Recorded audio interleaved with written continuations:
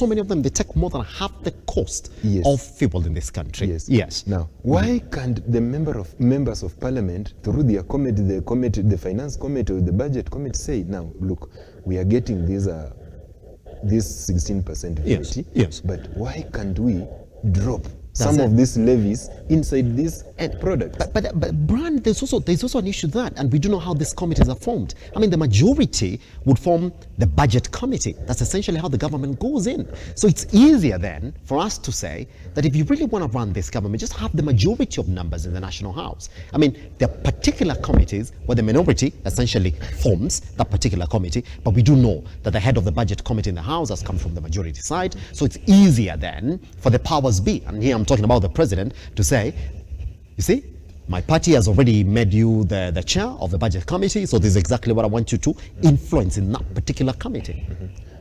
We know discussions and talking can bring us to a common ground. These guys, you know, they are majority. If you remain defiant, there is little you can do apart from walking out from the house. We can see the Senate.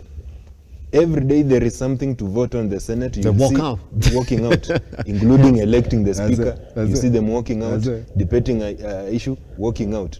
But I imagine, or I think, if these guys can talk and say, yes, you are the government, but we are supporting you, we are the opposition, we will do our role.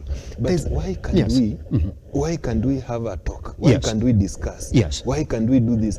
Try to give an alternative which actually is more, which looks more arbitrary. Yes. Yeah. Pretty much. I will tell you why they don't want to do that. Brian Abiso, you and I do know. And I will tell you that after we come from this break, because that's the story that we're going to run. If you look at the issues that are happening in the National House right now, by the way, the minority side do not have a whip as it stands. Even today, when they're going to go in, their whip essentially was, number one,